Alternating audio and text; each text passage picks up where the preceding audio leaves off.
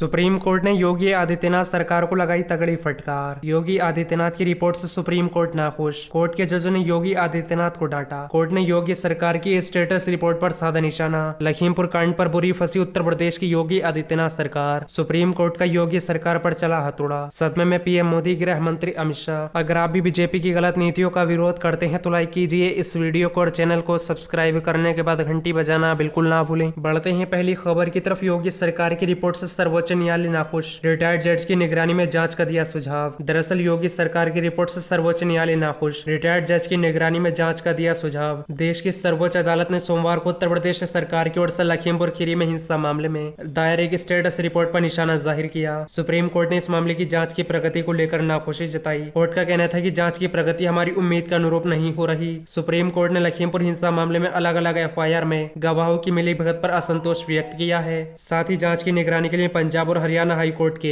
एक पूर्व जज को नियुक्त करने का प्रस्ताव रखा है। लखीमपुर हिंसा मामले में सोमवार को सर्वोच्च अदालत ने कहा कि यूपी सरकार द्वारा दायर एक स्टेटस रिपोर्ट में ये कहने के अलावा कुछ भी नया नहीं कि अन्य गवाहों से पूछताछ की गई है। इस दौरान सुप्रीम कोर्ट ने लखीमपुर हिंसा मामले की जांच हाई कोर्ट के रिटायर्ड जज की निगरानी में कराने का सुझाव भी दिया है। इस मामले पर कोर्ट ने उत्तर प्रदेश सरकार से शुक्रवार तक अपना पक्ष स्पष्ट करने को कहा है। गौरतलब है कि पिछले महीने प्रदेश के लखीमपुर खीरी हिंसा के दौरान 4 किसानों और एक राष्ट्रीय चैनल के पत्रकार सहित 8 लोगों की मौत हो गई थी। सुप्रीम कोर्ट ने इस मामले में पंजाब और हरियाणा हाई कोर्ट के रिटायर्ड जज रंजीत सिंह और जज राकेश कुमार जैन का नाम सुझाया। कोर्ट ने इस मामले की सुनवाई को शुक्रवार तक के लिए टाल दिया है। लखीमपुर हिंसा मामले में सुनवाई के दौरान सर्वोच्च न्यायालय के मुख्य न्यायाधीश एन वी रमन ने कहा कि हमारा विचार है कि हाई कोर्ट के रिटायर्ड जस्टिस केस की छानबीन रोजाना आधार पर मॉनिटर करें। सुप्रीम कोर्ट ने फटकार लगाते हुए यूपी सरकार से पूछा कि केवल आशीष मिश्रा का फोन ही क्यों जब्त किया गया है, अन्य का क्यों नहीं। कोर्ट ने आगे कहा कि सुनिश्चित करने के लिए कि केस में सबूतों को धालमेल न हो, इस मामले की जांच की निगरानी के लिए हाई कोर्ट के रिटायर्ड